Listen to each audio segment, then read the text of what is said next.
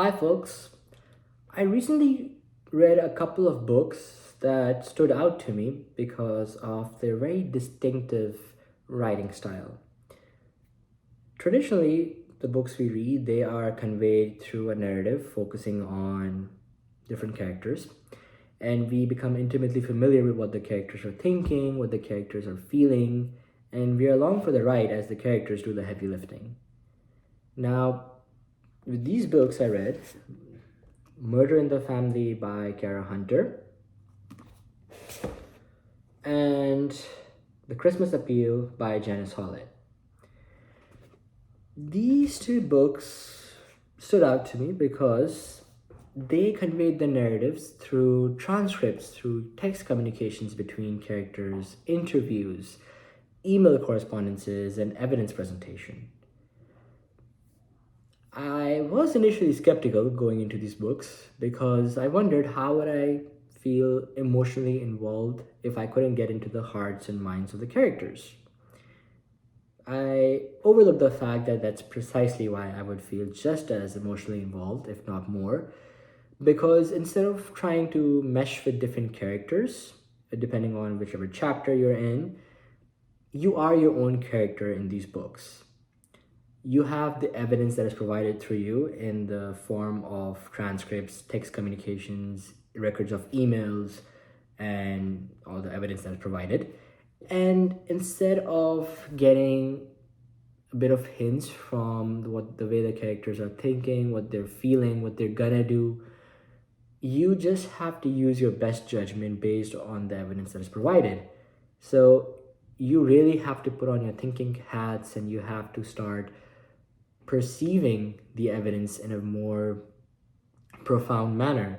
So if you feel that a character is saying something a bit iffy, if you think there's something that smells fishy, you know what, it might be. And that's the brilliance of these books. As far as immersive experiences go, these two are phenomenal because you're your own character in these books.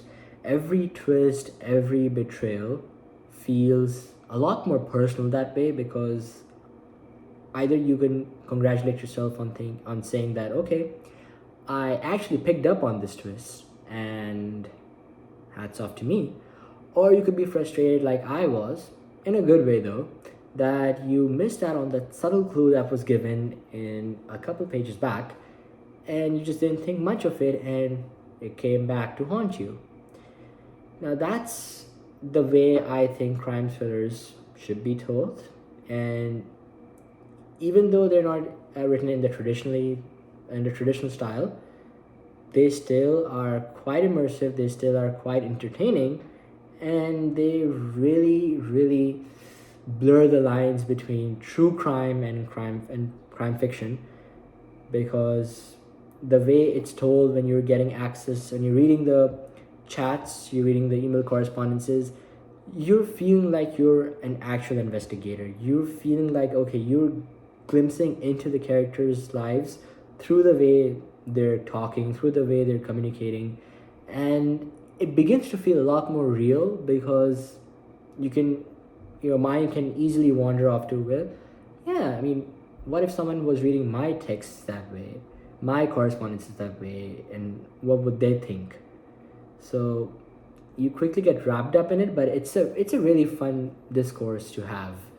And I'm just glad I came across these two thrillers because I really want to read more in this style.